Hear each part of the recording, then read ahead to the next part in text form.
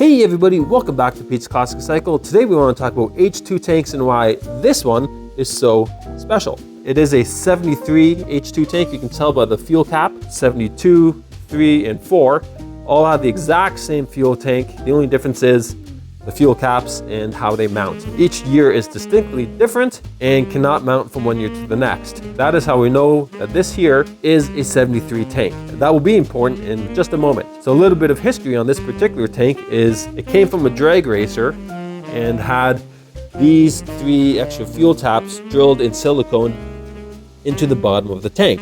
So I removed the silicone, unthreaded the extra fuel taps, and what I found underneath was quite surprising. This isn't really anything new, but it's the first time that I've come across this. Thought it was pretty neat and wanted to share it with everybody.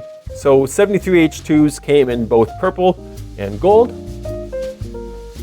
And right here we have purple paint, candy purple paint.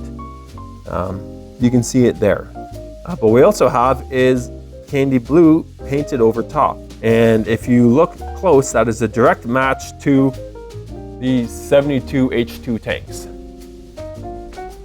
If you're wondering why a 73 tank, originally purple, is painted in factory blue, the reason is actually kind of simple. Because the shapes of these tanks from 72, 3, and 4 are all the same, if you need a replacement tank post 72 and Kawasaki was out of stock of the original tanks with the correct fuel cap, they simply just repainted over the current model year. So this is 73 tank repainted in candy blue as a factory 72 H2 replacement. I've heard about these tanks. This isn't anything new, but it's the first time I've actually come across it. I thought it was pretty interesting and just wanted to share it with you guys. There you have it. A factory 72 H2 replacement tank with 73 fuel caps. I thought that was pretty neat. Nothing special other than that, but I thought I'd share that little tidbit of history with all of you guys. So that's it for me today.